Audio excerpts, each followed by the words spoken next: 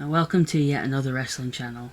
This is just going to be a video where I just want to get some thoughts out over something I watched, and it's made me think all day, and I just wanted to just get those thoughts out.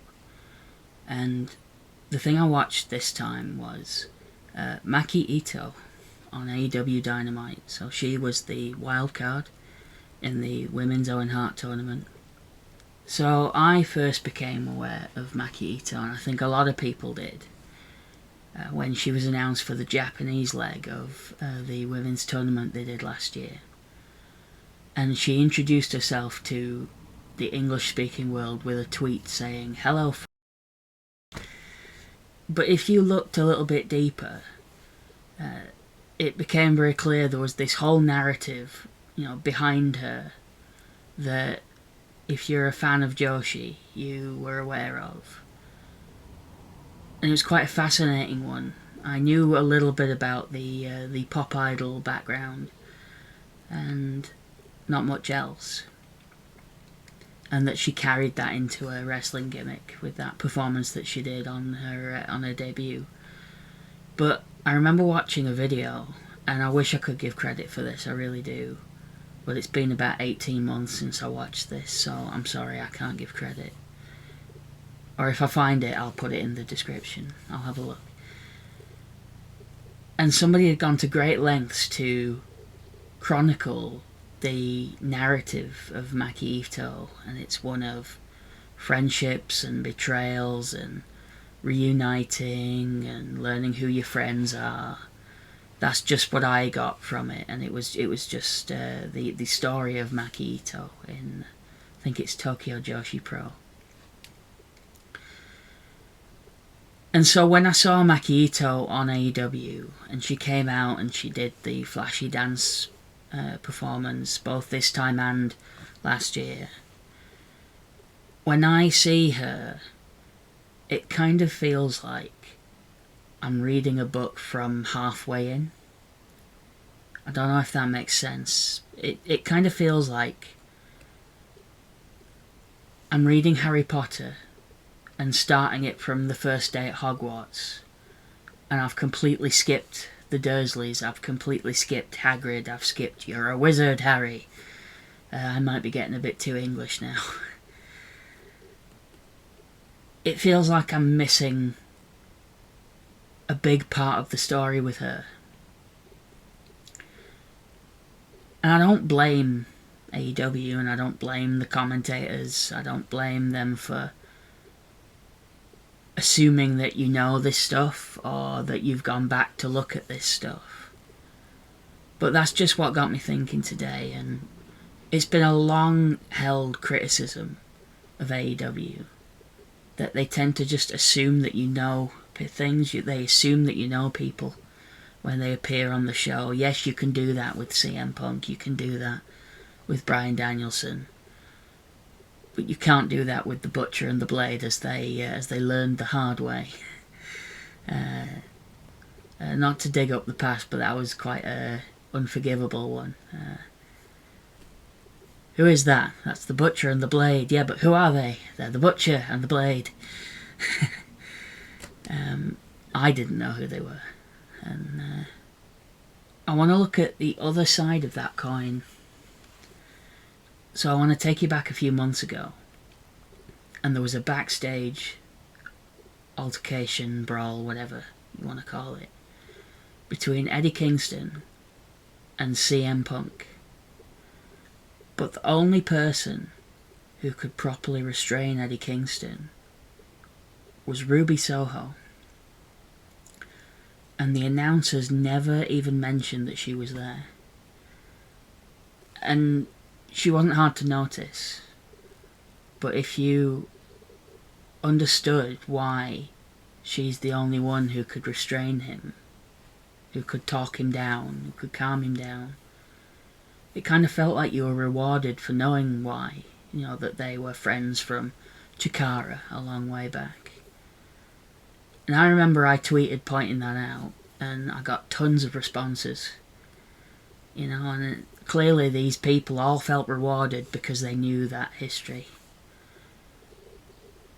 And then a couple of weeks ago, Eddie Kingston was involved in a backstage altercation. He had a fireball thrown in his face by the Wizard. And who was the first person to run in and see if Eddie was okay to check on him? Ruby Soho. And again I pointed that out on Twitter, and again I got responses back. Not as many as the first time, but I forgive you, Twitter. But that just told me again that, you know, people feel rewarded for knowing these things, but if you didn't know that history, it wasn't drawn to your attention, you weren't made to feel like a fool for not knowing. It was more like a little bonus that you knew, that added to the story. And so next time Eddie Kingston is in a backstage altercation, who do you think I'm going to be looking for in the sea of referees and security? Ruby Soho. But I feel like if I didn't know that history, I wouldn't feel like that hurt my viewing of it. You know, I would just have noticed Ruby Soho and probably thought nothing of it. So that's kind of the other side of the same coin, really.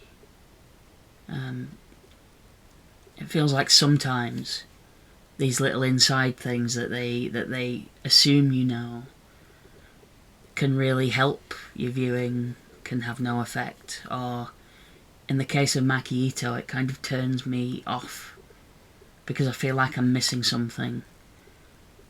And that makes me beg the question, you know, how much of that is on the viewer? How much is that on me to have looked up Maki Itoh? Now I know she was a surprise last night. She, you know, I couldn't have expected to see her. Nobody that I saw predicted Maki Itoh was going to be there. But as far as this, you know, feeling like I'm missing something, feeling like I'm only getting half the story, is that my fault as a viewer? Or is it their fault for not explaining? And I know I've talked a lot about AEW here, so I'll give you a WWE example as well, and it's quite an old one. When I was a teenager, in like the early 2000s, they would bring in a lot of characters. And I wasn't smart to this yet, but they would bring in indie wrestlers and completely change their character. People like Eugene, who is nothing like Eugene before he was there. He was straight shooting Nick Dinsmore, you know, pure wrestler Nick Dinsmore. And so when 14, 15-year-old me is trying to Google who is Eugene, and I couldn't find anything. You know, I wasn't smart to the idea that this is somebody who didn't necessarily play that character outside of WWE or before he got to WWE. And that happened quite often. You know, who is Kevin Thorne? Who are the Highlanders? That's a joke. Nobody ever Googled that. Stop laughing at your own jokes. But the point is, you know, how much of that was on me to want to look up these people and learn more, and how much of it is on them to build that character. It's similar. It's not the same, but it's similar. So, yeah, I'm going to leave it there. And if you got through this, if you made it this far, then please let me know what you think. Do a comment, tweet me at RichYAWC. Just get in touch. I'd love to know what you think. And this is just based on me just watching something, and this has kind of stuck with me through the day. This idea of, should they have to spoon feed everything to you, or are they right to assume that you know this stuff, or to what extent? Either way. So I'm going to end this now. So again, thank you if you watch this. Please comment, please like, please subscribe. Please subscribe. And I might do this again. Otherwise I'll stick to the daily videos I've been doing. So thank you. Goodbye. Good night.